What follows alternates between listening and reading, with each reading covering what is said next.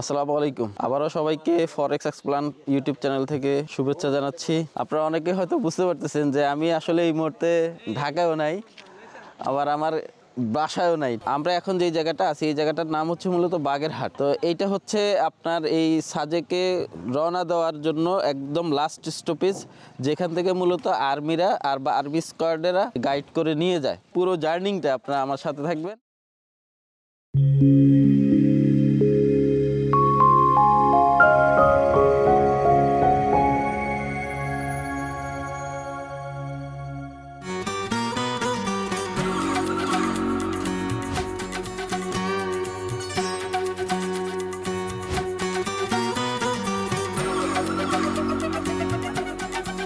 আমরা যারা মূলত ফরেক্সে ট্রেড করি, আমরা কিন্তু প্রচুর পরিমাণে কিন্তু মেন্টাল প্রেশারে থাকি।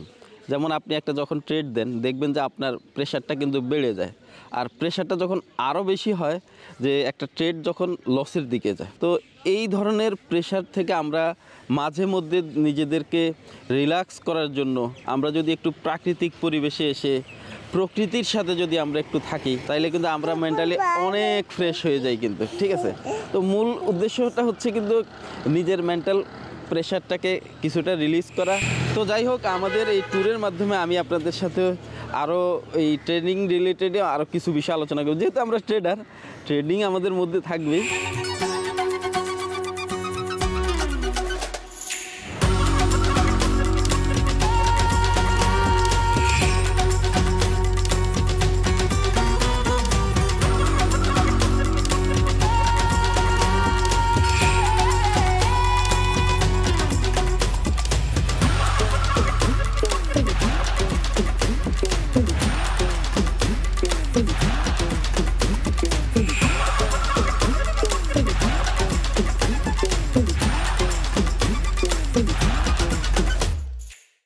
দেখেন প্রকৃতির কি লীলা খেলা। আমরাও বাগাইহাট থেকে রওনা দিলাম, বৃষ্টিও শুরু হলো, ঝিরি ঝিরি বৃষ্টি। এই যে কি অনুভূতি আপনাদেরকে বোঝাতে পারবো না। তো 1 থেকে 1.5 ঘন্টা জার্নির পর আমরা মাঝ পথে একটু দাঁড়ালাম। পাহাড়ি অনেক ছেলে মেয়ে যারা জুম থেকে ফ্রেশ পেঁপে, পেয়ারা, আখ ইত্যাদি আরো অনেক ফল নিয়ে তারা বিক্রি করতে আসবে। আপনি চাইলে সেগুলো কিনে আপনারা খেতে পারবেন। এখানে দাঁড়ানোর কারণ মূলত সামনে একটা সরু রাস্তা আছে। এই সরু রাস্তাটা পাশাপাশি গাড়ি যেতে পারবে না। গতকালকে সাজেকে যেই গাড়িগুলো গেছে সেগুলো আসা কমপ্লিট হলে আমরা আবার যাত্রা শুরু করব।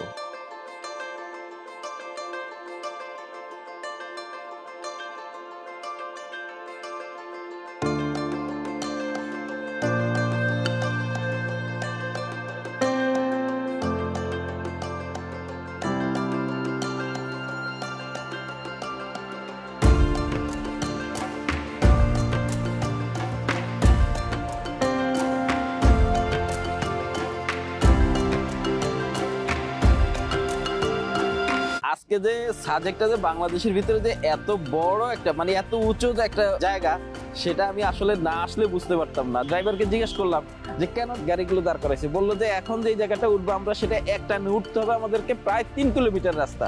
তাহলে এখানে আমাদের কি করতে হবে, ইঞ্জিনটাকে একটু ঠান্ডা করতে হবে।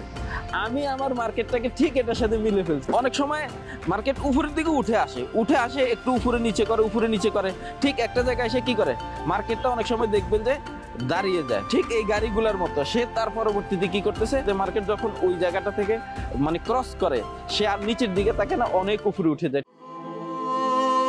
তো অলরেডি সাজেকে উঠে আসছি আমি, যে রাস্তাটা মূলত অতিবাহিত করছি খুবই ভয়ঙ্কর ছিল। যে একটা ফুটেজ নিয়ে আপনাদেরকে দেখাবো সেই শক্তি ছিল না, সাহসও ছিল না, কারণ আসলে এই গাড়ি ধরে বসাটাই ওইখানে চ্যালেঞ্জ ছিল।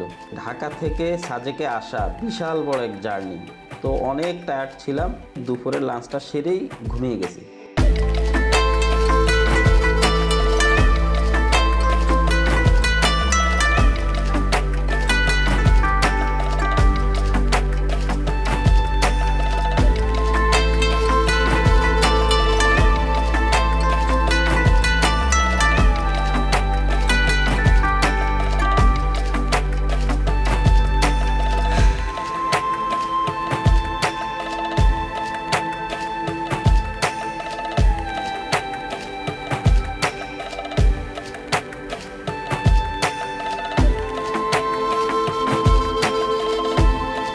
আশা করছি আমার এই আয়োজন আপনাদের খুব ভালো লাগছে। নেক্সট এপিসোডে খুবই গুরুত্বপূর্ণ কিছু দেখতে চলেছেন আপনারা, সেই পর্যন্ত আপনারা আমার সাথে থাকবেন।